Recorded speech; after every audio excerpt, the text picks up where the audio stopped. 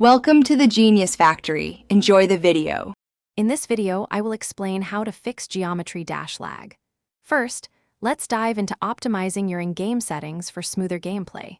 Many common lag issues can be resolved by simply tweaking a few options within the game itself.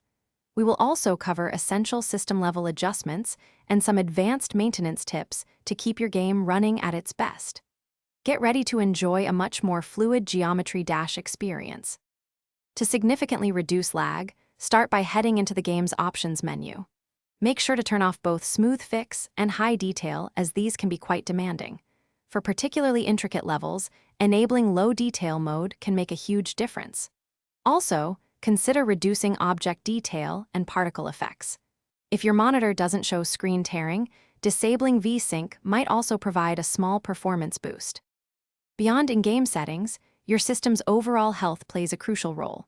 Always close any non-essential applications and browser tabs before playing to free up valuable resources.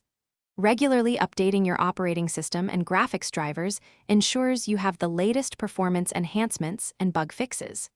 Additionally, a quick scan for malware can sometimes reveal hidden performance drains. If all else fails, a hardware upgrade might be necessary.